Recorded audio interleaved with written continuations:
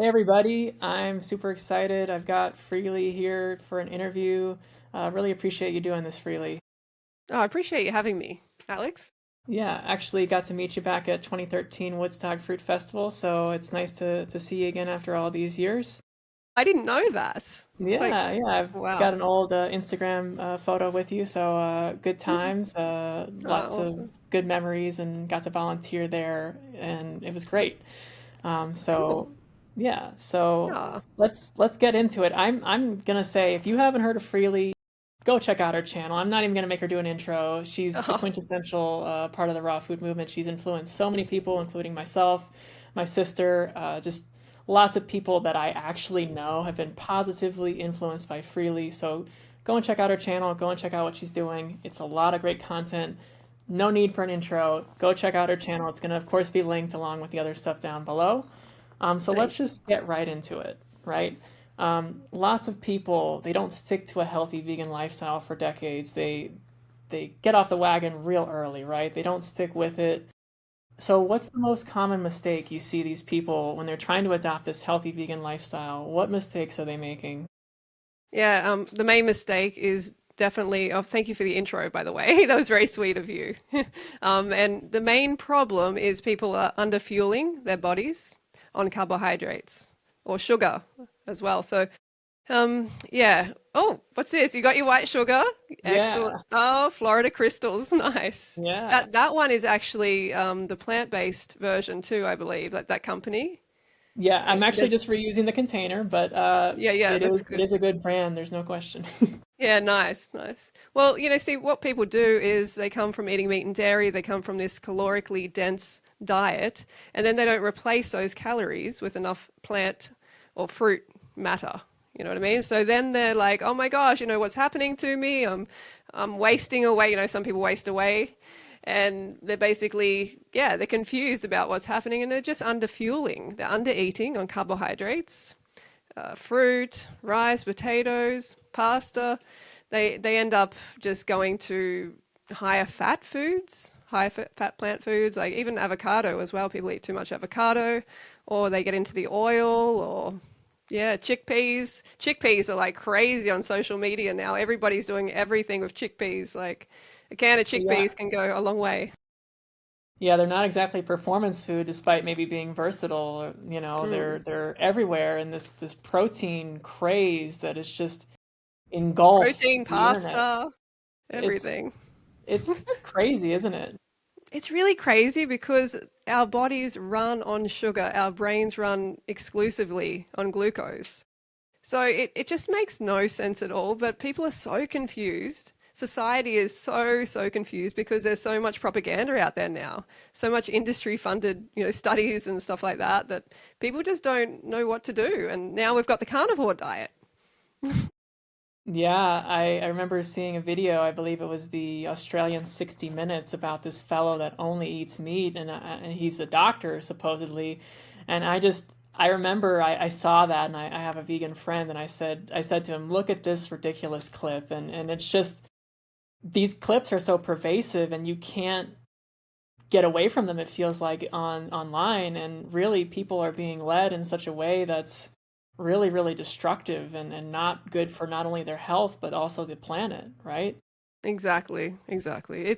It's a real mess. And once you learn about how the body works and that we're human frugivores, and science even confirms that we are frugivores. People don't know that. They do call us non-specialized frugivores, meaning we can eat other foods, which is true. We can eat them. Behaviorally, we are eating other foods, but whether that actually works for our physiology or not is another thing. It's obviously not. But science confirms we're great apes. I know it sounds ridiculous, but as far as our physiology goes, we align with great apes. And what do they eat a lot of? They eat a lot of fruit. So, but humans think, oh, well, we're like smarter than the great apes, like we can manufacture all this food and we can just eat all sorts of different diets and it'll be fine. But it just really isn't. And you see the results of it in society. People are fatter than ever, sicker than ever, more lost than ever. Yeah, and also to go with that, the sugar or the sun crystal consumption seems to be plummeting at Hmm. such a prolific rate. let's continue to expand on like these different topics and things that people are doing. So let's talk about fasting, dry fasting, and cleansing. Mm, This is such a big thing. You talk about the chickpeas and seeing them all over the internet. We also see so much stuff about these three things: cleansing, fasting, dry fasting. So are they all what they're supposedly said to be online, or is there more to the story? it's yeah, it's a real disaster. Like that. That's a way to actually underperform. Feel your worst. Uh, where do I start? I mean, it's it's just one of these things that I've seen over the past nearly 20 years, a lot of this dry fasting and cleansing, and it's not actually cleansing though. You need sugar to cleanse, and the body actually naturally cleanses itself. Yes, you need the sun crystals. You need fruit, you need carbohydrates, and what a lot of people are doing is they think, oh, well, if I just stop eating for a period of time, then somehow it's going to purify my body. It's going to cleanse my body. I'm not going to be ingesting, any more toxins or whatever. But look, if you're eating a fruit-based diet, then you're eating a healthy diet. Okay, that is healthy. It is in line with your species. It's how you're meant to eat. With the addition of the sun crystals as well, you can add that if you want. It's a supplement. Like that's not a toxic diet. There's no reason why you have to abstain from eating that way. And so these individuals who do that, they actually end up starving their microbiome of fiber, because the microbiome in your gut needs fiber to survive. So that's one problem with this fasting. And the fact that, you need a constant supply of sugar in your bloodstream, about 4 grams of sugar, which is around a teaspoon or so, but you need that all the time or you're going to have problems. And how the body compensates for that is it actually burns its own tissue or organs as well, uses your own organs for fuel, which is what a fantastic idea, right? Like, Yeah. don't eat real food, eat yourself instead. And Yeah. yeah, that's a real issue because you only, to burn 2 grams of, it's about 2 grams of muscle tissue, I believe, will create around 1 gram of glucose. And like this is metabolically active, healthy tissue that you have to work hard to to build and maintain that muscle tissue. So the last thing you want to be doing is eating it up, just burning it up for fuel when you can just eat healthy food and thrive in that way. Yeah, what a wild idea. I sometimes in my head I think of how people fantasize about fasting, and I always think in my head, oh, I'm slowing. I'm just eating. I'm not fasting. Oh, I'm I slowing. like that. Yeah. Just because I just find it hilarious because I think people don't want to stick to those consistent good things that aren't all over the internet, that aren't flashy and cool and ways that you can headline a video or a clip or a post, That's a and good people point. just aren't wanting to go for that, right? For some reason, even though it's so aligned with our physiology, so aligned with our performance, and really also brings us peace and allows us to do what we're here, whatever our purpose is on earth, it allows us to fulfill those purposes and those Yeah. things that we're good It should at. be pleasurable too. Like eating should be enjoyable. We shouldn't be trying to avoid it. And I understand that people have some problems, right? They have some problems. That's why they're wanting to do it. Or they have some mental challenges as well, where they're obsessed with purity, right? And they think, well, I'm dirty. I'm dirty and I need to purify myself. But look, it's really important to have, what I call the sugar tank, your glycogen stores. It's really important to have them topped up because that means you're going to be hydrated as well. You're going to have all the sugar you need to power your body the best way possible. You're going to have enough fuel for like for exercise, brain function, red blood cells, nervous system. This is really, really important. So that's why I recommend people really top up their sugar tank. And I have this formula, which is 10 grams per kilo. 9 to 10, I mean, 10 is best. 10 grams per kilo of body weight carbs. 10 grams of carbs per kilo body weight. This is the way that you're going to actually have enough in your glycogen stores, have them topped up so you actually feel like your best and you're performing at your best and your body is actually eliminating what it needs to instead of just stagnation, because when you're fasting, it's stagnation. You're not moving your bowels. The peristalsis is not happening without food and fiber coming in. So you actually get backed up and dirtier, you could say. Yep. So Yep. it's a really, yeah, it's an inefficient way to purify, to cleanse the body. And when it comes to dry fasting, my Mm. gosh, I mean, Wow. I've known actually a number of individuals who have died, like personally know them, who have Hmm. died from dry fasting. So Hmm. it's really, really bad for your kidneys. And like I said about the glycogen stores, the sugar tank, when you store that sugar, that 1 gram of sugar, you have 3 grams of water that come along with it. And this is Hmm. really good. This is the hydration you need. This is this intracellular hydration that you actually want to hold on to. So Hmm. when you're fasting, you burn all that up and you lose all that water. And that's why on these low carb diets, people are like, oh, look, I'm losing weight. This is great. It's working. It's like, no, you're just getting severely dehydrated. Yeah. Uh, I remember a great person, Robert Lockhart. I think Yes, he's one of probably them. was affected by the dry fasting. Hmm. Yeah. I What a great know. person. Great teachings. I still try to take some of those teachings on. Well, I let's know. He talk was about such a lovely something. guy. He was a friend of mine. He'd come out here and it Yeah. was, we actually have a plant that we planted. We have a fruit tree. We have a couple of fruit trees. Hmm. One in particular we call Robert after him because he gave it to us. And yeah, he lives on in our garden. That's fantastic. I'm happy to hear that. That's really cool. So let's talk about something that is awesome. Let's talk about fruit meals. Fruit meals are incredible. Lots of seasonal fruits. There's always something great in season. So most people feel full before they've eaten enough calories, though, when they have a fruit meal. So what are the best ways for folks to really embrace the fruits, really kind of go for them, make them a big meal, help them get that fuel they need for hours so they can do their work, so they can do whatever they need to do in a day. Mm, good question. I'm not sure if it's affecting the audio at all, but I just put the fan on because it's like a sauna in here. Can you hear me still okay? Yeah, I hear you fine. Yeah, good. Okay.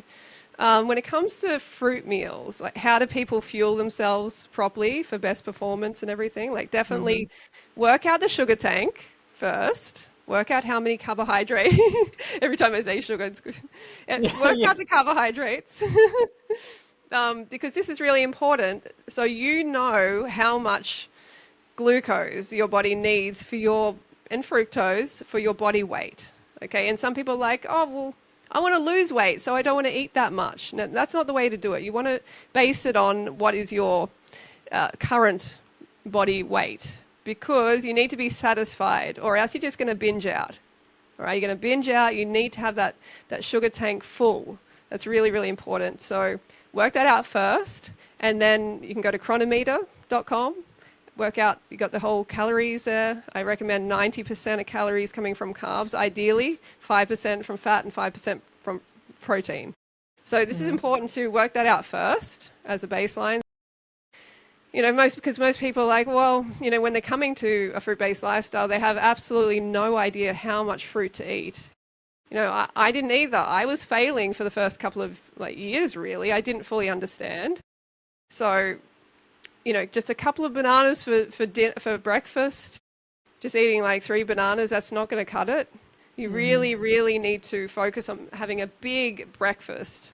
I really cannot emphasize enough the importance of a big breakfast. Hmm. And I recommend a big smoothie, big banana smoothie, 8 to 10 or more bananas. Hmm. And if you struggle with the volume, getting the volume in, then you can add some sun crystals to supplement. Yeah, there you go. Yeah, Well, right. people need a constant visual reminder. So, That's um, right. yes, adding that supplement is really important for those who struggle with the volume, especially initially, because it can be like a lot, right? 8 to 10 bananas can feel like a huge amount of fruit. But you have to understand there's a lot of water involved and a lot of fiber. So there's a lot of bulk and it's good. You want to feel a full stomach. You want to feel satisfied, like, Hmm. I've really had enough. And So yeah, if you're having a problem with the volume, definitely add in some sugar, and that'll bump up the nutrition. Just bump up the nutrition, and it will help you feel satisfied. So having big fruit meals, it doesn't have to be, like it doesn't have to be really difficult or anything like that. It's actually very pleasurable when you get into it and when you get used to it, when you get used to that expansion of the stomach, because a lot of people are like, oh my God, I'm bloated. No, you're not bloated. Well, some people might be, but you have to realize that having a full stomach and a full digestive system after eating is completely natural and it should happen. Yeah, and just to give people a little more context on that for you, how long did it kind of take you to really feel comfortable and feel like you had the right amount of fruit at each meal? Hmm. I would Roughly. say, I would say a good year, really.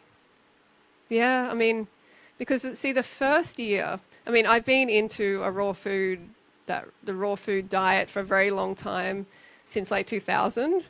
But back then, there wasn't any internet. I mean, like, as in, there wasn't any forums or anything like that. That was very, I mean, there was like, I was looking at this religious forum, this Christian forum, and they were telling me to fast a lot. And I did actually fast. I should have said that previously. I did actually fast Mm, myself. hmm In 2007, I fasted for 30 days, not in hmm a row, but hmm across the course of that year, I fasted for 30 days. And honestly, the next year I was fatter and more uncomfortable than ever, Wow. because I So, was trying to do it for weight loss. right. I was kind of convincing myself. I'm like, oh, it's for purity. I want to clean my system and all this stuff. hmm But really, I wanted a shortcut to weight loss. Mm, And we know it doesn't work. It makes you fatter. yeah. Yeah, Yeah. that's So rough. yeah, it took me some time. Yeah. Like I said, I've been into the fruit-based diet for quite a long time. And hmm 2006, I had enough of eating rubbish and feeling rubbish. I was seeing this gastroenterologist who was charging me hundreds of dollars per appointment, and he was just trying to give me drugs. And I knew by that point I could heal myself through nutrition. I really believe that because I had some really serious digestive problems, like hmm worse than anyone I knew. Let's just put it that hmm way. hmm And when I got into the raw food and I cut out all the crap, it actually started to turn around very quickly. My digestive system, the results were like incredibly fast. And hmm that's why I stayed on it for nearly good 6 years at that point. All raw, I mean. Yeah, yeah, that's fantastic. Good to hear more about your background there. Let's talk more about raw vegans. So it's Mm, crazy, but when they don't go for the fruit, when they do go for these gourmet raw dishes and what have you, maybe these nut-based dehydrated concoctions, they can become insulin resistant. So this mm, raw gourmet food is not actually what the elite athletes are eating and people like that. Can you talk about how that happens and why that happens, even if someone is raw vegan? mm. Yeah, I have heard of someone recently, pretty well known, saying that she had insulin resistance or something. But I think she was focusing on reducing sugar. Hmm. Are we, yeah, yeah. Like, what's her name? Berry? Someone Berry? Jillian Berry, maybe? Yeah. I think someone told me that she said she was insulin resistant. Am I, Hmm. did you hear that? I'm not I did sure. not, but it Hmm. may be. Yeah, I think she said that, and then, but I think she was trying to reduce sugar and, Ah. carbohydrates, which, see, this is a common problem. This is where people don't understand how this is all working. Okay. When it comes to insulin resistance, this is about basically, it's called lipotoxicity, when there's too much fat around the cells, and you don't have to be fat yourself. Okay, you can be Hmm. slim and still suffer from this. So too much fat around the cell, inside the cell, so insulin can't come along and basically drop off the sugar and, open the cell and put the sugar into the cell where it powers you. That's the whole point of sugar, is to like power you, and glucose, and Alex is going for it. Yes. Um, Yes. sugar is there to fuel you. Okay, that is its number one purpose in life is to fuel you. Mm-hmm. So when there's excess fat in the bloodstream, in the diet, in the cells, then, like I said, the sugar can't get into the cell properly. And then we have the insulin increasing in the bloodstream, and we have the blood sugar increasing, the glucose increasing in the bloodstream. So Mm-hmm. then you have this issue of insulin resistance. And what people do usually, yeah, they cut out the sugar. They're like, oh, well, it must be the glucose. I mean, it must be the carbs, the sugar, but it's not. Because when you do that, what happens? Gluconeogenesis, you end up having to rely on your own body tissue. If you go long enough without the carbs, you end up having to convert your own body tissue into fuel, which we don't want to do, obviously. And it can happen as a raw vegan. Yes, it can. Too much nuts and seeds, oils. Well, yeah, I mean, some raw food diets are incredibly high in fat, right? Right. And they're I've also been through it.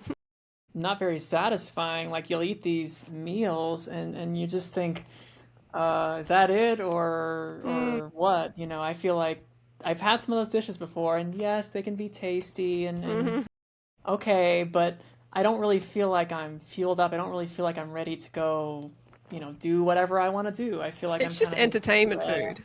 Yeah, Yeah, it's just really just makes you want to sit down and take a nap and that's right. you know. It does. And I mean, it's reflected in our where we originate as human frugivores in the tropics, in equatorial regions. That's where we originate, and we wouldn't have had a lot of fat available like all year round. Like now, it's like, yeah, you can just have nuts and seeds and oils and everything anytime, heaps of avocado any time of Hmm. the year.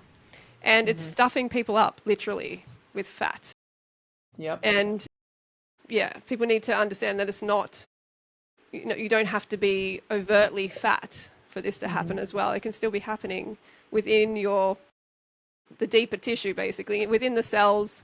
And yeah, and then it causes sugar metabolism issues. Hmm. So is it the sugar's fault? No, sugar is being blamed for fats crimes.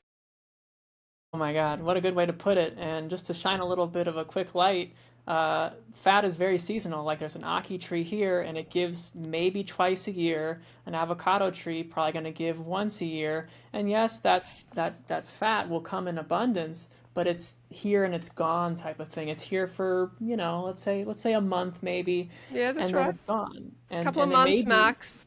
yeah. Yep, So if you go out in nature and you see how these things work, you see how these systems operate as far as their time, you'll understand that fat is definitely a seasonal thing. that's right. And like, So, you could just do like a mono meal on a food. Mono meal on bananas, see how you feel. You're going to feel hmm. good. You're going to feel freaking probably better than you've ever felt in your whole entire life.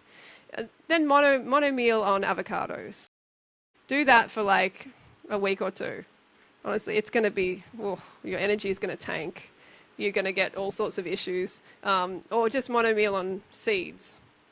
Yeah, You know, it and prove it and to yourself. even think about the cost. Like most likely, depending on where you live, those bananas are probably going to be a lot cheaper as well. So that's another thing for folks to think about. Cheap as well as the sugar's cheap, right? I mean, avocados aren't cheap.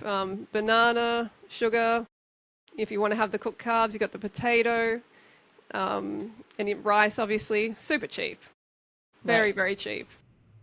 And right. we So should talk about those girls who actually passed away. They ate fruit and they died. yeah, so we have Zana Samsonova, I might be butchering that name, and Carolina Kasak. They Mm, both passed away as raw foodies, and that's really tragic, of it is course. tragic. Yeah. But what do you think are important lessons and takeaways that folks can learn from what happened to those folks who, of course, we wish the best of their families, may they rest in peace. But Mm. what can folks learn from that? How can they empower themselves based on lessons learned from this? Yeah. Well, I mean, firstly, we should establish. what actually happened, why it happened, has it got anything to do with the fruit-based diet?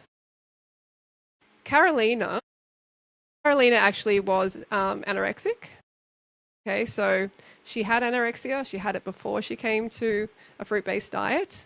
And unfortunately, I mean, I've had anorexia myself a long, long time ago.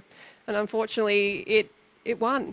You know what I mean? Like it's a psychological issue. It's a mental illness, and she couldn't overcome it. And she basically starved to death. And if you have a look at the statistics, around 10,000 humans die every year around the world from anorexia. And Hmm. you don't have anyone connecting it generally to the diet, do you? You don't have anyone saying, oh, it's because she was eating too much meat or something, or they try. What I'm saying is, like, the media likes to connect, for sensationalism, they want to connect it up with the fruit diet. Oh, see, Hmm. like, she was eating fruit and the fruit diet killed her. Hmm. And you can see how, like, deceptive and shonky that is, because obviously she had a mental illness. It doesn't matter what diet she was eating, it's going to be a problem. And actually, on a fruit based diet, she has the best chance to heal, like I did myself, because you Hmm. do actually. You top up your sugar tank, your glycogen stores, and that translates to, like, more brain fuel, more stable energy, Hmm. a better feeling about yourself. Hmm. So unfortunately, she didn't get to that point. The the illness won in the end, Yeah. and it's really sad. But I want people to understand this has nothing to do with a fruit diet at all. Hmm. And when it comes to Susanna, I believe her name was. Yeah, I did do a video on her. The reason I wanted to talk about this again is because the media keeps rehashing it. Like, I mean, where are all the articles about the 10,000 individuals who have died from anorexia? Like, and why aren't they covering that? Yeah. It's. But Susanna actually had a bacterial infection because she was also undereating. She was dry fasting. Mm. This is not my opinion. This is a fact. She stated herself. She was dry Hmm. fasting, and millions die of bacterial Mm. infections every year. Yeah. Where are all the articles? Right. Again, it's just. I often think, is this from the meat and dairy industry? I mean, Right. who is behind this? Like, Yeah, it really doesn't feel like there's a lot of genuine folks covering that. It's really more just how can we get clicks? How can we hmm increase our revenue? How can we get more folks looking so at our sad. page? Yeah, Like, it's what not. what a crazy species to be to be like implicating your natural diet as a frugivore, human Mhm. frugivore, which science confirms. And Right. I mean, I know science will say, "Oh, but we're omnivores," blah blah. But the actual good science says we are frugivores. They might say unspecialized because they kind of have to, but Mhm. they point towards us meant to, like, subsisting on a diet of mostly fruit, as a frugivore, every other frugivore does. Isn't it Mhm. crazy that we would then, like, try and bash our natural diet? It's, like, quite insane. Yeah, it really feels like we're just so disconnected from who we really are and what we really evolved from. Mm. And it's sad. There's It no is really question. sad. And I hope no one else goes down that path. And what I would recommend for you to avoid that is, obviously, if you have some mental illness, Mhm. if you have anorexia, Yep. this is actually the best diet for it, even though, some people might not want to hear that, but it absolutely is. I have so many testimonials. People can go to my Instagram and check out all the testimonials I've got a testimonials highlight. Heaps of eating disorder, like, testimonials that people have overcome it. So, yeah, just learn about how your body works. This is very, very important, and make sure you're eating enough, as much as you can, getting help psychologically, and not dry fasting, not doing all these trendy cleansers and coffee enemas and all that rubbish. No, you don't need to do that. You just need to move your body. You need to eat a fruit based diet. You keep that fat low, Mhm. get sunshine, water, add some sugar so you're hydrated. It's not like, it's not rocket science. Where is that sugar? There it is. Yeah, there it is. Um, So Oh it gosh. almost, I mean, it sounds so simple and it sounds so easy, right? And you can just be consistent. I guess, do people just not think that's fun? Do people just think, where do you think, is it just not cool? I mean, I think it's great. I think it's fun. You might also think that, like sugar, Mm, fruit, yep. fresh veg, like all this stuff's great. We agree on that. But why do you think people, is it just not trendy? It feels like it was maybe back, years ago. They want to eat the bacon and eggs. Yeah. It seems like that's why the carnivore diet is building so much momentum because people want to eat that rubbish. They think they want to. You know what I mean? They think they want to, but they haven't experienced like that amazing just high and energy and just connection, with nature and just it's hard to put it into words sometimes. Like the feeling that I have from a fruit-based diet. There's a reason that I've been on it for over 18 years. Mm-hmm. Do you know what I mean? Like it's Yeah. not so easy to put that into words, but if I was to try, I would say that I feel the best eating this Mm-hmm. way. I look the best. Mm-hmm. I'm just the happiest. I perform at my best. Stable energy. No dips, and people are like hypoglycemic. Their blood sugar's all over the place because they're not having enough sugar and carbs.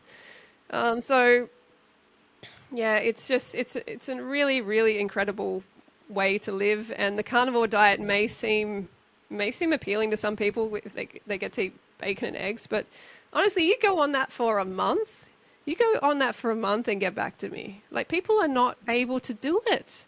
One of my own family members tried to do it, not for like a challenge or anything, because he just kind of believes in it, but that changed. He attempted to do it for like Mm. 30 days, and honestly, he felt terrible. Oh And I have no. to say, I had a friend recently die. Um, a really good friend, a kind Mm-hmm. man when it comes to human interaction, but when it comes to animals, no. He Mm. was eating like basically a meat-based diet Mm. for decades. Mm-hmm. Okay, but he would also have binge outs. So Right. he's still getting carbs in there, right? But his Right. his aim was like meat, and Mm. he died in his 50s just recently. Yeah, it's really Crazy. sad. Yeah. So, uh, do the test, right? If you want to do that carnivore thing, do 30 days on the high fruit, high carb thing first. Feel Mm. great, change your perspective, and then maybe if you still want to try it, go ahead and do it and just be honest with yourself, be objective and see how you feel. I mean, I have a feeling you're going to feel a lot better Oh, and on I this hate to very. recommend people do that because animals are going to be, unnecessarily slaughtered, of course. But people will do it anyway, so you can't really stop them. Right. But they need to prove it to themselves sometimes. Yeah. Yeah, well, let's talk about what I keep holding up here. Let's talk about sugar. So you've My learned a favorite lot about. subject. Yeah. So you've learned a lot about it over the years, and you continue to share some great things about it. So one thing is you call them sun crystals as well. So give us the TLDR of what you've discovered about sugar and or sun crystals, if you will, and why you think and why you know they should be a part of everyone's regime. Wow. Yeah. I mean, gosh, it's been a bit of a journey because I haven't always felt this way. I felt Hmm. the same way as just about everybody in society. Like, gotta limit the sugar, avoid the sugar. Sugar's bad, but all of the mainstream propaganda, anti-sugar mainstream propaganda. I believed all that, just like everybody else. But as I've learned more and more about the human body, and a fruit-based diet and how we're frugivores, I've been making a lot of connections that I haven't seen anywhere. And I wish there was more of this because we need to get this message out. And I think there will be. I think it's kind of coming a bit. Um, and just realizing that, hang on, like, what is the main reason we're going to eat fruit? Hmm. It's for the sugar. Because, and the way I can prove that is if I was to remove the sugar, if we were not going to have that, component of the food, who's going to want to eat it? Yeah. Really? Like the sweet fruit. Mm-hmm. You take out that sucrose, the glucose, the fructose, and oh my gosh, it's going to taste like rubbish. Yep.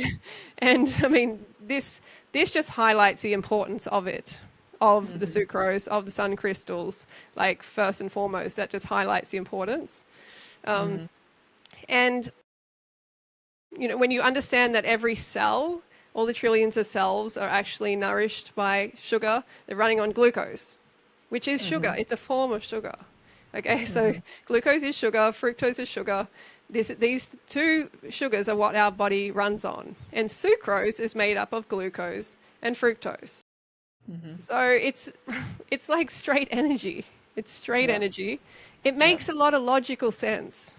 Okay, and I know Mm-hmm. people like, well, it's isolated and it doesn't come with the minerals, it doesn't come with the fiber, and I understand completely. Like I hear those people, and it's a valid, concern. It is, but the way I see it is, yes, have fruit-based meals. I don't recommend that you replace sugar, like fruit, with sugar. I recommend you add it as a supplement. Add it as a supplement, and then it actually bumps up the nutrition of that fruit meal, because a lot of Mm-hmm. the fruit we have these days is, it's picked unripe. The growing methods are not fantastic. We're getting low Mm-hmm. quality fruit. Most people are getting low quality fruit. I'm getting better quality fruit because I'm actually growing it here. Mm-hmm. But even then, the topsoil, the soil quality, not fantastic. Right. So yeah, sugar has been just blamed for fats crimes for far too long, and I feel like it's my purpose to shed light on that and help people realize, especially with like type 2 diabetes and insulin resistance, it's not the sugar, it's the Yep. fat. So we Yep. got to really turn the tables here. We got to change the tide and get sugar, the positive press that it deserves. Yep. And I think when I started adding more sugar to my diet, I Mm-hmm. felt increased energy, increased hydration. I felt Mm-hmm. better for it. But if I Yep. add more fat, I don't feel better. Right. I just don't. And I think anyone can do this experiment themselves. And and I think initially, yeah, I was on the coconut sugar and stuff like that. But then I did more research and I started to think, okay, like I'm watching how it's cooked and everything. I'm thinking, yeah, wow, they're really cooking that coconut sugar at high temperature in those open vats. You can just look it Mm-hmm. up.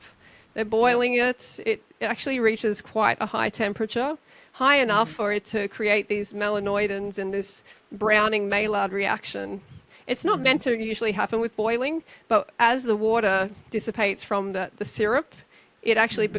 gets higher and higher the temperature, and it does Mm-hmm. reach that sort of temperature in those open vats. But the Mm-hmm. um, the clear sugar or the white sugar, because it is white, it is clear,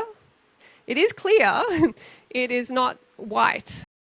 So that sugar actually is boiled in a vacuum, vat thing. It's vacuum sealed and it's at a Mm-hmm. controlled temp. And Yep. it's also got all of that. If there is anything like the molasses, it is removed from the final product. So it is very pure. That white, clear sugar is very pure. So I recommend people definitely go for that one. And yeah, I love the Yeah. stuff. It's really good. I mean, why do we have to be scared of it? Yeah, I really wish the cultural narrative, if you will, would shift about sugar instead of people saying, "Oh, well, where's this no sugar?" I was in the store earlier and I looked around and I happened to see these let's call them candies, and there Hmm. was these two brands and they were both saying zero sugar, and I just thought, well, Yeah, heck, how does that taste good? Number one, and also you're definitely not going to feel good. It's like it's going to taste bad, and it's not going to make you feel give you that performance. It's just it yeah. I almost mean, feels like they're hmm. selling you what you don't want, right? Yes, that's right. Oh, now it's like, oh gosh, so many products, so many Yeah. products. It's out of control. Yeah. I mean, I don't mind the capitalist system, like I'm allowed to work hard and make as much money as I want. I love that. I Yeah. think that's great. But now it's become like product create the things that people don't need, and obviously a lot of that, and dangerous, and these low sugar things. I'm glad you brought that up. It's like um, the artificial sweetener is taking over now. So it does taste okay in the Mm-hmm. moment, but you can only Mm-hmm. trick your brain for so long. Yeah. Before it rebels with a big ass binge, and then that weight, you know what I mean? And then the weight is Yeah. coming back on. Like people Yeah. think, oh yeah, I mean, obese individuals are the biggest consumers of these Mm-hmm. artificial sweetened products. Yeah. And they have to realize that this is not helping them lose weight. This is actually leading to weight gain Yeah. indirectly. Right. So there's a lot to learn and Think unlearn. twice. What's Like that? zero sugar, they should also say zero energy, right? It's basically what that means. Mm, Oh, zero it's life, zero crazy. energy. Yep. Yeah. Fights with And your partner, yeah. I should And say, expanding. may lead to Yeah, fights yeah. with family members because you're just Oh, not it's like, crazy. you don't have the brain fuel. Yeah. Yeah. Or if you're doing any work, anything that involves your mind, whether it be driving or doing a mental job on the computer, you're not going to be ready. You're not going to be prepared. But let's talk That's a even a good little bit point. more about sugar. Oh, sorry. Go ahead. That's a good point. Oh, that's a good point, by the way. If you're doing physical activity, mental tasks and stuff like that, how important it Yeah. is because, you know, Yeah. people end up going to the burnout brew, right? Yeah. They Yeah. end up going to drugs.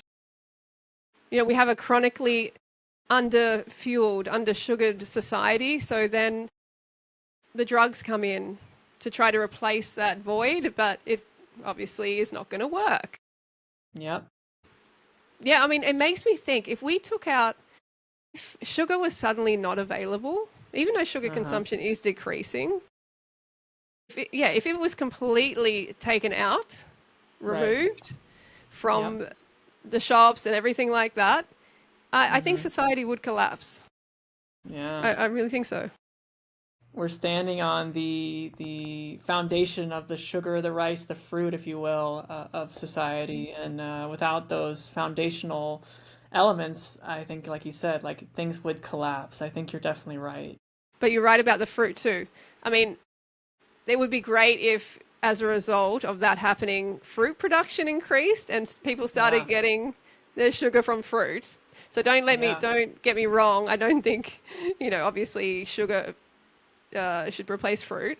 But the current Hmm. situation, if it was removed with people's current diets, it would be good if they shifted to more fruit production after that. But I Yeah. can't see that happening. Maybe. Yeah. We definitely need great fruit in this world. So if anyone's here as an aspiring farmer, please plant some great fruit trees. The world will be a better place as a result. Mm-hmm. Um, Absolutely. so Absolutely. Absolutely, that is correct. So there's so many misconceptions about sugar, right? And one of my favorite ones, one of the ones that really makes me laugh, is comparing sugar to cocaine. This is Oh, just yeah. such a soundbite, such a article headline, if you will. And so what is the So most ridiculous.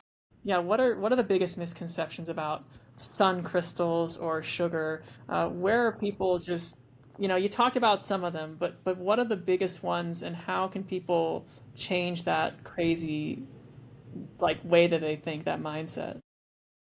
Biggest misconceptions, I think, yeah, the drug one. The drug one is a big one. I think Barbara O'Neill has definitely done a number on people in that way. She's helped people believe that sugar is a drug because she keeps saying it over and over in a lot of her talks, and it's not. It's obviously not because look, how can it's like saying oxygen is a drug. You know what I Right. mean? Like every cell in our body runs on sugar, on glucose. Yeah. Yeah. And people might be like, what, white sugar? So, well, look, like I said before, sucrose is a split of glucose and fructose, and the body runs on that. So, yes, white sugar, it runs on it. So your fuel, your fuel can't be a drug. your basic fuel that keeps your nervous system going, your brain firing. Your brain runs on like 10 tablespoons of sugar a day, like Yep. glucose. It Yep. needs like 10 tablespoons. Mm-hmm. So, I mean, that is quite a lot. And Yep. the rest of the body's like sugar calculations are basically based on how much the brain uses. So it's very, very important for people to realize that sugar can't be a drug because every cell in your body runs on it. It just, eh, like saying oxygen is like a drug too. Yeah. Ridiculous. Um, Yep. that's one that obviously is silly. Also, I think sugar is acidic, and Yeah. I mean like acid forming. Sugar is acid forming. I hear that one quite a bit. So sugar is Mm-hmm. actually neutral pH. It's neutral. It's not acidic. It's not alkaline. In the body, it's not either. People try and say, oh, but once it gets in the body, no, that's not true. That's your opinion. That is just Mm-hmm. unsubstantiated opinion. And I hear it all the Mm-hmm. time. That I mean, I'm overwhelmed with opinions, but Yep. you can just research yourself. Don't even believe me. You can research yourself. Sugar is not, I mean, good basic physiological research. I'm not talking about a whole lot of these funded studies that point towards Right. sugar as being the problem, because these people in the studies are also a lot of the time eating too much fat, and they got lipotoxicity, and then sugar gets the blame for fats crimes again. Sugar dissolving the teeth as well, that is a big one. I wouldn't do it if that was the case. My partner, for instance, I spoke about this in the other video, he's Mm-hmm. been eating a high sugar diet. He adds way more sugar than I do. And he's been Mm-hmm. doing it for 12, like, he's been on the high sugar diet, fruit based, but adding sugar and Mm-hmm. adding a lot of sugar for years. And it's been 12 years. He doesn't have a single cavity, he doesn't have a single filling at all. There you There's go. not, there's nothing. And you know, There's proof I right would be, there. yeah, I would be more concerned about adding citrus like lime and lemon, just because it possibly might be an issue because it can be quite acidic. But you know, I'm still on the fence about that one as well. Um, but yeah, people say it's the bacteria that eats the sugar in the mouth that causes the cavities. But this is another thing that people don't quite understand. It's lactic acid, which the body can deal with very easily. If there's too much fat, again, in the mouth with the meal, that can trap the sugar in the mouth when it's not meant to be trapped in the mouth. It's meant to just move out of the mouth very easily. Mm-hmm. Obese individuals actually have nothing against obese individuals, by the way. I'm just stating facts here that they have generally the worst dental health, Mm-hmm. okay, generally. And they're actually eating the most artificial sweeteners and the least sugar, believe it or not. They're on Mm-hmm. the low carb, high fat diets. Their Yeah. diets are actually dominated by fat. So there's another clue, but I can go on and on about the teeth, but I will another video. Yeah. Lastly, on the sugar, the last, like, obviously the type 2 diabetes and insulin resistance, sugar, that's Yeah. another myth that sugar Yeah. causes that. And we kind of covered that a bit. It is Mm-hmm. fat, fat, fat. People really, like, honestly, if you do just a basic education in your physiology, you start to really make connections and you're like, oh shit, this is not making sense what they're saying to me in society, Mm-hmm. or these fad diets or these influences. You know, Yep. that's what I like to tell people. If they're confused about what way to eat, then definitely just learn about your basic physiology as a frugivore, and then you won't be confused. And then no one can come at you. No one can come at you because you have that knowledge, that basic physiological knowledge about how you are meant to be fed, how your body works. This is very, very powerful.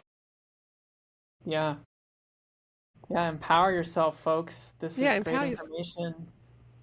Um, and I agree. So I got to read a book. It was called The World of Sugar. It was by Olbe Bosma. Some of it was good, some of it was kind of bro science. I found some parts of it fascinating, I'll be honest. Like when sugar was first becoming a thing, it was this delicacy and it was very expensive and it was hard to Hmm. find. Anyway, if you want to read about sugar, go ahead and read it. But one thing that really stood out to me was workers in the cane fields hundreds of years ago would kill themselves by jumping into cauldrons of boiling cane to get away from 14-hour workdays. Absolute insanity. My Of course, goodness, are you sure? yeah, Whoa. yeah. So this would happen, I believe, in Asia, if I'm not mistaken, at least according to the book. So going off of the book there. Mm. But what's the most shocking or historical tidbit that you've learned about the sugar industry in all of the research that you've done? Do you have anything that kind of stands out in that way? Most shocking. Yeah. Well, gosh. I mean, I've learnt about the fact that it used to be called white gold, which did shock me a bit because it was so rare and Mm-hmm. valuable that only royalty had it. It Yep. was also used as medicine Mm-hmm. in medieval Europe. It was used as medicine, which I think, to calm down stomach problems and for a number of uses, actually. They were using Mm-hmm. sugar. Yep, yep. You have kept on with that. You're on That's track. right. Yes. I think, I think for me, I did quite a bit of research on the history, and I felt that it was quite amazing and shocking that whole civilizations basically have been built on the sale of sugar, on the spreading of sugar, Mm-hmm. and Yep. it has supported the growth of civilization and of Yeah, invention and everything. I mean, definitely. I know a lot of people like to say, "Oh, it's just people getting enough calories and stuff like that," but it's if you get a lot of calories from fat, you're not going to have like the brain power that you need. You're not going to be innovative. You're not going to be really, really creative. It's just not going to happen. So it had to come from sugar sources, Mm-hmm. and it's been in production, massive production, for thousands of years since the Indians basically isolated the sugar first, I Yeah. believe. And I think Yeah. it's called Sakara. I think they called it that. That's like sugar in Sanskrit. Don't quote Mm-hmm. me on that. I might Mm-hmm. have, yeah, made that wrong. But yeah, so ever since then, it's been like global currency, basically. Like it now, obviously, it's super cheap, and that's an Yeah, amazing thing, right? It used to definitely. be reserved for royalty, Mm-hmm. and now we can just go and buy a bag for a couple of bucks. Crazy. This is crazy. I think people need to be more grateful for the fact that they can just get that pure energy, those sun crystals, just delivered to them in a bag, whole lot of it for very, very cheap. And that's why it's so good as a supplement and to bring up the nutrition in the diet because it's very cheap, very convenient. I mean, doesn't everyone in the world have access to it? I would Yep. say. I would Yep. say just about everybody. And what other food can you say that, or what other nutrition that is available to so many people? Right. Right. And it's ready to go right away. It's not like when you buy your fresh fruit waiting for it to ripen. The sugar's ready to go. Grab your Sugar's ready bag, to grab your go. container, and it's ready to People do go. say, "Oh, but why don't you have dates? Why don't you just eat dates?" Like, and I get it. I get it. Dates are fantastic. I love them. They're very, very healthy, good for your gut microbiome. It's incredibly beneficial food, whole food. Yes. And what I say to that is, look, for most people, they're not going to have access to good quality dates for a start. They're about 10 times more expensive than sugar. Yep. I mean, Yep. if you have a look at the prices, uh, it's not as convenient. You're not going to grab a handful of dates and just add it to water, are you? Yeah. Like you can with sugar. Sure, you can blend it into something. But for the majority, it's going to be, I mean, also the applications. It's for cooking and stuff like that. Yep. It's different. It's just different. Yep. And I see this as a way of bringing people to a high carb lifestyle as well, helping them understand, like getting that sugar in so the brain starts understanding that this is good, I need more of Yep. this, and then the Yep. ball kind of rolls, Right. you know. Yeah. Yeah, give it a shot. I mean, it's what your body runs on, just like Freely was saying. So, Um, so let's People talk a should little bit. definitely, sorry, before Sorry, go I was going to ahead. say, people should definitely come join my course too, my fruit-based course. I have a course and it's been going for 12 months, but we have another round starting in January and it's going to be, I'm compacting it into 6 months. Okay, so it's going to be all the information you ever need to succeed on a fruit-based diet and a high sugar diet. All the science, live streams, a lot of exclusive videos from me, over 150 documents that you can download, recipes, weekly recipe demonstrations. It's a Hmm. very it's an intense course, but you're going to learn so much. So definitely, yeah, if you're interested in what I've been speaking about, definitely check that out. Yeah, I mean, I can vouch for Freely just to add to that. Over 10 years, been following what she's been doing and what she's been sharing.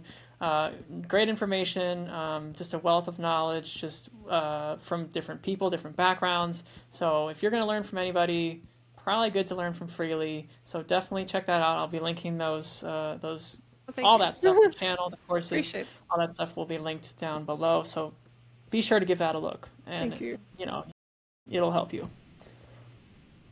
So let's talk a little bit about vegetables. So I Mm. saw you post a story a couple days, I think it was yesterday, if I'm not mistaken. Your garden looks like it's going well. You have a lot of rocket, which we like to call arugula here in the US. But for folks that don't have that, for folks that are just going to the store, the veg, just like the fruit, is kind of lacking in quality.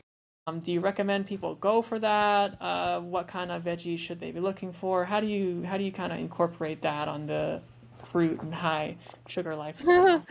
Well, yeah, it depends whether you're eating a raw vegan diet or you're eating raw tofu. It can be quite different, right? Most people will consider like potatoes as vegetables, right? Potatoes, and I don't emphasize the consumption of vegetables that much.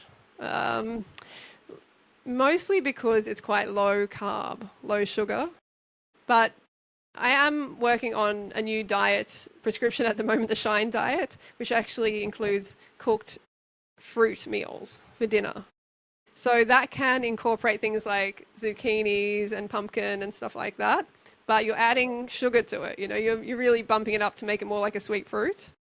Uh-huh. But when it comes to vegetables like broccoli and cabbage, and they actually have a fair bit of like defense chemicals as well, like plant pesticides, where the plant is saying, don't eat me, you Yeah. know, don't eat Yeah. me. So, and they can affect mineral absorption and your digestion and stuff like that. So it's not something that I push a lot. So it's number one, it's like low in glucose and fructose or sucrose. If I am going to push the vegetables, it'd be like sweet potato, bell pepper. It's another one that's low, but it's also, you can bake it and you can dress it up. You can add sugar, pumpkin as well, and yeah, vegetable. You said you were talking about my garden. Yeah, we're growing like rocket or arugula. We're growing a lot of lettuce. So these are a bit greens are a bit different from what I think about vegetables. Okay, I Cucumber, see. cucumber's a fruit, and Yeah. capsicum obviously fruit as well. And we are growing some eggplant, but generally it's just greens. So I like to eat greens to accompany the fruit-based diet for dinner. Yeah. I definitely do Uh-huh. like greens. It's Right. just really hard to get high quality greens, so that's why part of the reason we're obviously growing it ourselves. But for most people, they should try to eat greens most days too. And for those people again that are buying stuff at the store, let's say, what kind of greens? Just yeah, I for me vegetables is kind of like everything, but when you're talking about greens, like should they be going for like the cucumber, the lettuces? How do you sort of think people should incorporate them? Yeah, I mean, cucumber again is a fruit, but yeah, I know it's botanically, yeah. I think they should definitely incorporate that if they enjoy it as well. If you're talking from a perspective of whether they need to, Yeah. whether frugivores need to eat it like human frugivores, I believe that we should include some. I don't have a lot of evidence of how much exactly, Right. but when they're in the store, like having like iceberg lettuce, it can still be okay. If you find a lettuce that you like, you don't want to be eating like greens that you don't enjoy. You're just not going to keep up with it. And having organic is definitely better if you can. And having it like as a bit of a side salad to your main high carb dish. Yeah, super cool. I find that having the seasonal greens too, usually they're more delicious, they're more affordable, just like the fruits. So that's another way that folks can go with their greens. Yeah, true, true. Um, yeah. So you made a video about high carb Hannah, and you discussed how you changed your mind on something. For folks that have been watching this, they're like, "Hey, she's saying some things that I think make sense. I'm thinking about this. I'm on the fence. I've had a lot of anti-sugar thoughts and Or anti-fruit, you're breaking anti-starch. up a little bit. Am I? Is it better now? Yeah, for some. Yeah, if you keep talking, Okay, yeah. Can you hear me? yeah, yeah, it's just a little blurry, but I think go back again. Yeah, you're coming back now. Yep. Okay, great. Gotta love the internet and its volatility. So for the folks that are skeptical, for folks that are like, hey, maybe they're the anti-sugar person at work, maybe they're the anti-low carb person of the family, let's say. When you have these strong beliefs about something, right? Let's say it's sugar or high carb or low carb in this sense. How do you how do you break that habit? How do you break that mindset and shift and change and be willing to maybe admit you were wrong or try something different? How can the skeptic out there who's been staunchly anti this stuff, anti fruit, anti sugar, etc., shift and change and maybe embrace those things? I think the first step is definitely education. Educate yourself on what it is that you are stuck on. Definitely try and build as much knowledge as you can because then that's going to help change your mind. That's really, really important. And I think what you're talking about is in High Cup Hannah, I said about children, basically. Yeah, Yeah, right. about, yeah, It's just the point that I'm trying to make from that is it's something that people will change their minds on, but this diet, it's also an important part of life where it's like, hey, I have this strongly held belief, but then I'm changing it. And it takes courage. It really is a shift, right? So for I think especially let's say someone identifies as like maybe a paleo or maybe a carnivore person. If someone like that happens to be listening, how can they, have the courage and have the willingness even just to break from that and give something else a try if this is making sense to them, right? Like this does make yeah. sense. Well, definitely do a challenge of eating the diet for like 30 days. Do a fruit based challenge. And that way you can feel it, right? Like feel the feeling. And I find that this helps people a lot when changing their beliefs because it helped me, right? Because I was sick. I was looking for the answer. I couldn't find it anywhere. I was trying a whole bunch of diets, keto, metabolic typing diet, paleo. I was trying all these diets. It wasn't working. And when I tried the fruit based diet, within 30 days, the results to how I was feeling and even how my skin was looking and stuff was just so blaringly obvious, glaringly obvious that I couldn't ignore it. I couldn't ignore it. And that was a huge shift for me. So I think number one, do a challenge. Challenge yourself for 30 days. Like I said, I would recommend my course Right. for another way to change your beliefs. And the reason I say that is because once you understand again how the body works and the brain works, and at a very basic level, the beliefs start to change because you're like, oh, hang on, that's how we're meant to eat as a frugivore human species. This makes sense. And so when you fully understand that, that can help change your beliefs as well. So I think those two steps, or if they want to look at my books. That can definitely, shameless plug here, but look, I have put a lot of work into those books and they are powerful in changing people's beliefs. Also, seek out like minded people or people who are thriving on the diet or forums or Facebook groups or something like that that can help support you. And then you can be around people who, you can get away from the family and all the other noise and actually Right. be around people who can help support you and yeah, just be friends with you and encourage you and give you good tips. I Yeah. think they're probably the three most important steps to take. Well, that's amazing. Well, really appreciate you coming on and giving us all kinds of insights and your time. I'm sure it's helpful to a lot of people, and you're going to continue to influence and positively change the world one day at a time. So, thank you for being part of that and for being here. Thank you so much for having me. And like, it's just amazing that you're still on the path, right? Like, so many years later, and that's a testament in itself Yeah, to you obviously enjoy it, right? You obviously yeah, know it's the way to go. You're still on the definitely. path so many years later. Yeah, And there's so many other people who are like, when you look at other diets, they're yeah, basically, yeah, I mean, they're jumping all over the place all the time. And definitely. yeah, I think that's really amazing. And I'm very appreciative of what you said. Thank you for your kind words Of and for course. actually understanding what I'm putting out there, like really getting it, rather Yeah, than I think a lot of people just want to fight it. They want to fight it because they don't want to believe that we have to eat fruit, a fruit based diet.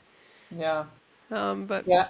yeah, I think when you try it and you embrace it and mm. you just experience the changes that And that I you have it in get. here too. There you go. Like when you do it and you stick with it and you feel the difference in your life sort of changes as a result, it really just grows into something that's much bigger than you. And you have so Absolutely, yeah. many ways to sort of channel that and sort of advocacy, if you will. Like I like to do a lot of Fruit Luck events and just different ways for folks to get together and appreciate these things. And there's a lot of different ways to do that. And I think just really happy that you all, folks that like you and the 30 Bad community, that whole Woodstock time, that really influenced me in a way that has been very positive, and I'm just very grateful. So thank you for that, and let's keep making change one step, one day at a time. One That's all it banana, takes. one That's right. one tablespoon of sugar a day. No, I mean That's right. one tablespoon. You know what I'm saying? Yeah, one tablespoon a day, one fruit at a time, all More these than a kinds of. tablespoon, but Yeah, yeah, one fruit at a yeah. time. One half a One cup a day. tablespoon at a time. Yeah, it's a great thing. So thank you again, and Thanks for yeah, having me. of And course, yeah, take care go and I'll talk to you go later. fruit yourself. Go for it yourself, people.